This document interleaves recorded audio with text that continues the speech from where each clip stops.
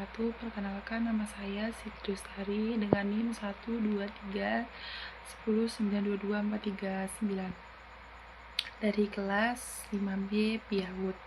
Di sini saya membuat video untuk memenuhi pembelajaran atau matkul yaitu statistik pendidikan dengan dosen pengampu Bapak Habibi.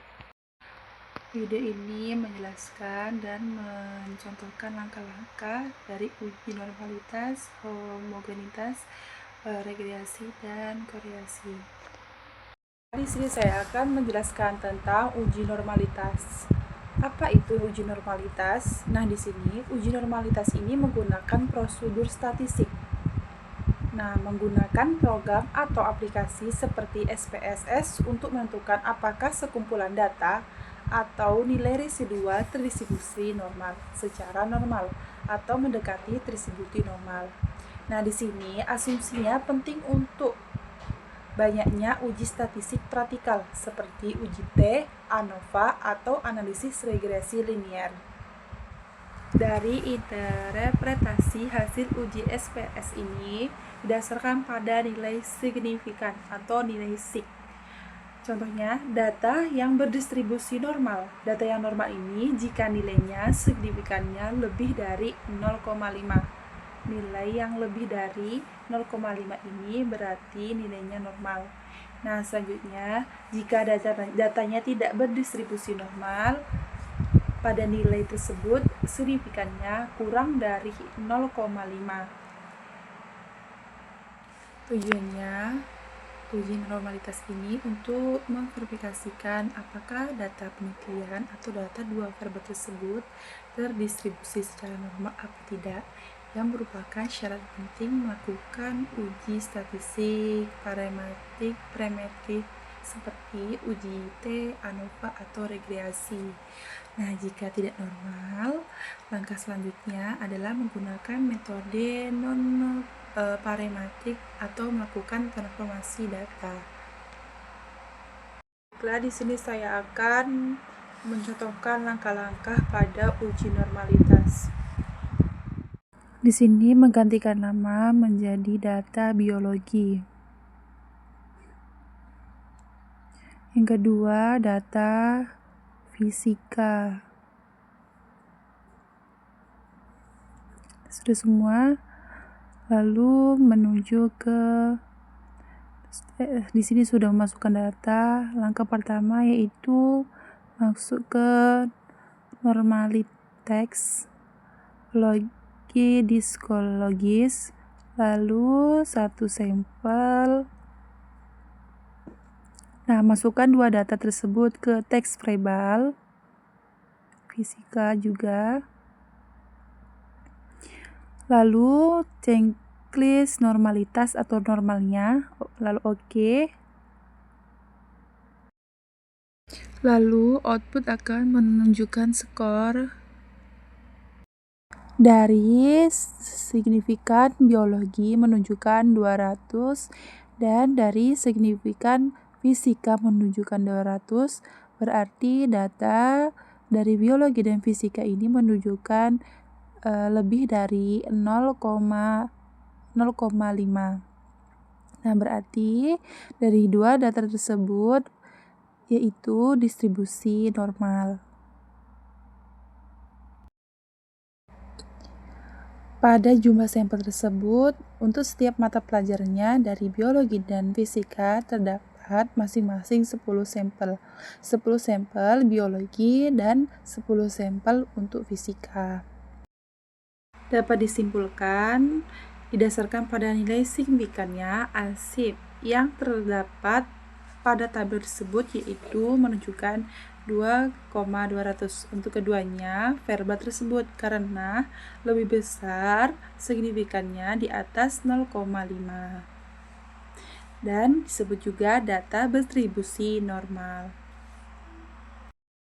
Dapat disimpulkan untuk data biologi nilai ansip signifikannya adalah 200 berdasarkan keterangannya. Di situ kita bisa lihat ya, 200 yang tertera di bawah tabel, di bawah nilainya 200. batas bawah signifikannya sebenarnya.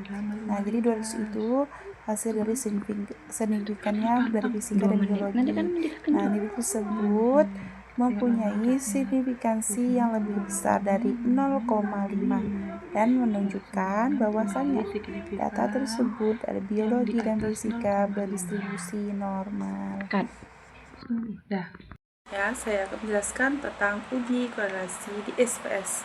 Nah, menggunakan aplikasi SPS. Nah, korelasi ini sama dengan normalitas, menggunakan analisis statistik untuk mengukur hubungan linear antara dua verbal. Nah, memakai dua verbal, menghasilkan koefisien korelasi nilai antara verbal satu dan verbal satunya. Seperti nilai tadi, nilai fisika dan biologi. Nilai signifikannya hasilnya digunakan untuk menentukan apakah hubungan tersebut kuat atau lemah, positif dan negatif dari dua verbal tersebut, dan menggunakan signifikan secara statistik. Tujuan utamanya uji korelasi ini untuk mengidentifikasikan dan mengukur sejauh mana terdapat hubungan antara nilai fisika dan biologi dari dua variabel tersebut, apakah memiliki signifikan yang berbeda. Di sini saya akan mencontohkan atau menunjukkan langkah-langkah uji korelasi di aplikasi SPS. Memasukkan data, pencet analyze, correlation, lalu bifurcate. Sudah. Lalu masukkan dua data tersebut ke variabel. Sudah. Langsung menceklis. Sudah semua. Oke. Hasil dapat menunjukkan bahwasannya korelasi dari biologi dan fisika.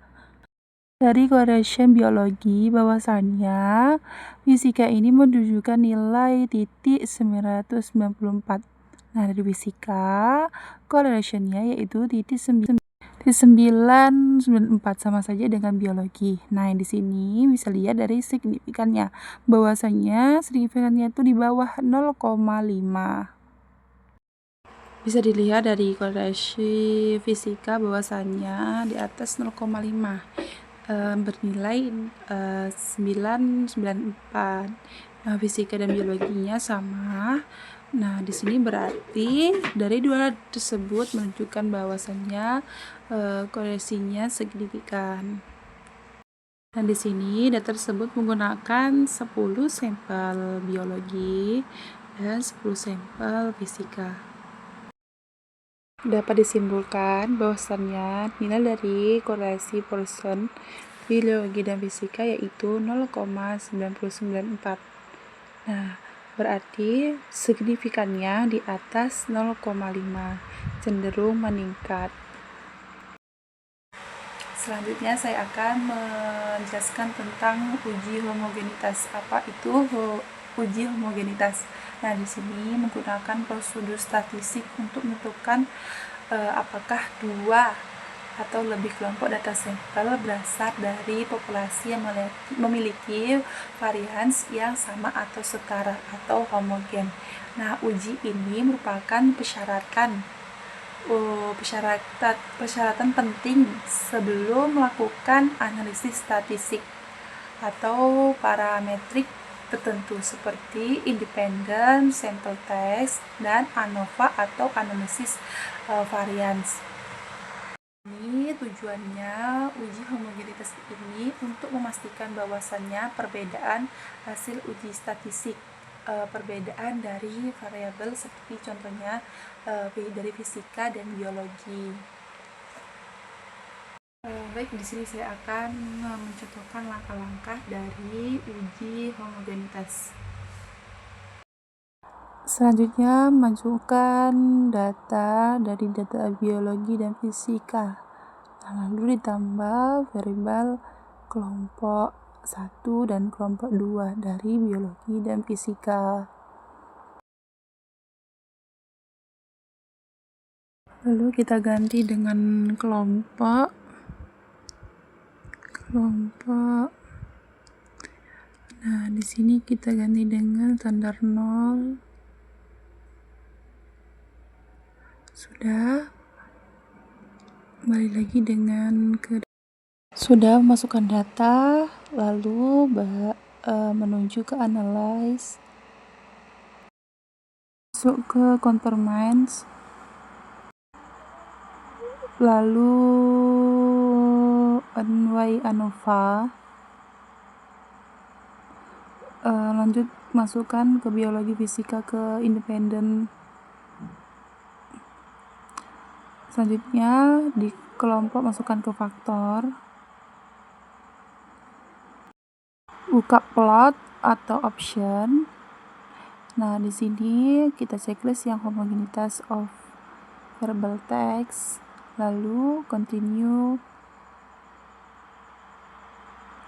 Nah, sudah, langsung oke. Ini hasil output, hasil homogenitasnya. Dijelaskan bahwasannya terkait hasil data biologi dan fisika. Untuk melihat uji homogenitasnya memerlukan melihat tabel pertama, nah yaitu hasil uji tes homogenitas varians. Lihat dari hasil kesimpulan dari NW ANOVA, lihat dari base outman, lihat dari signifikannya yaitu atas 0,5 yaitu 1,000. Berdasarkan hasil tabel tersebut, hasil homogenitasnya variasi menunjukkan bahwa variasi data untuk biologi dan fisika itu homogen. Kenapa homogen? Nilai pada signya lebih dari 0,5.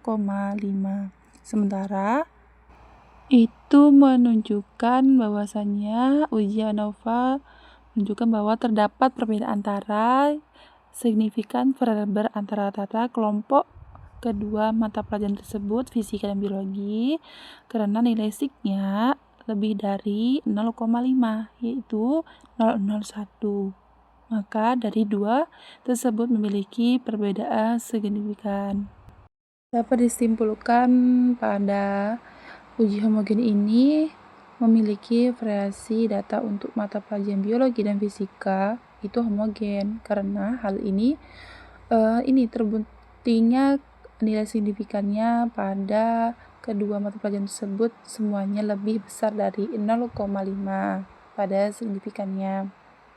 Dapat disimpulkan juga perbedaan rata-rata terdapat pada nilai signifikannya dari kelompok-kelompok yang diuji seperti biologi maupun fisika. Nah, di sini kesimpulannya dapat dihasilkan dari uji ANOVA, di mana nilai signifikannya untuk kedua mata pelajarannya adalah 0,1 yang jauh lebih kecil dari 0,5.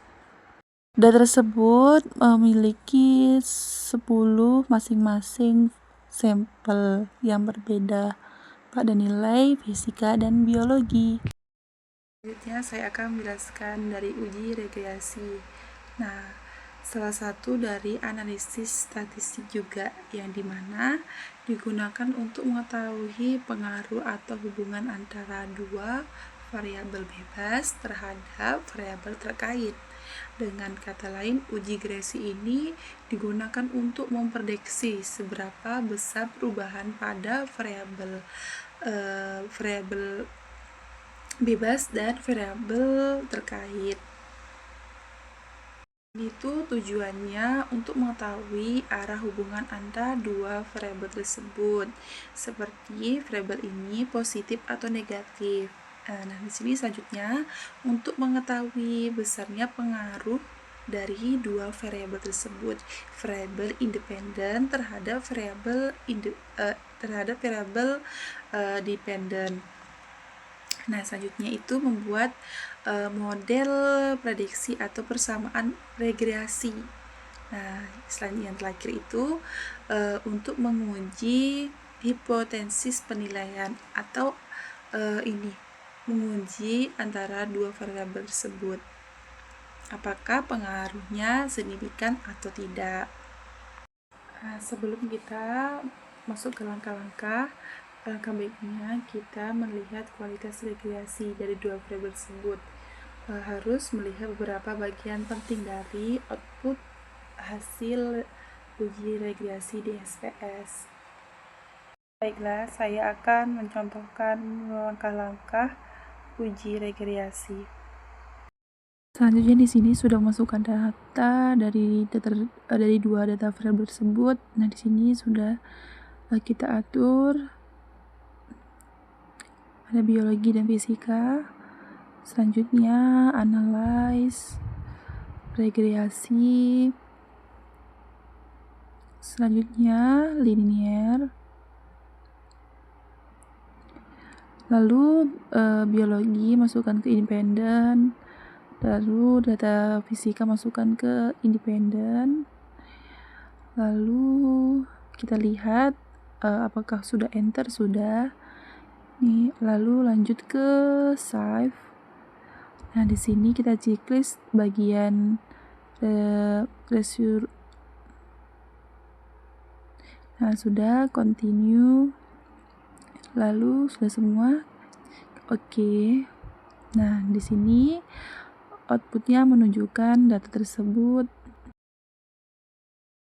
Bisa kita lihat dari regression atau residualnya itu lebih banyak peminatnya di regression daripada di residual.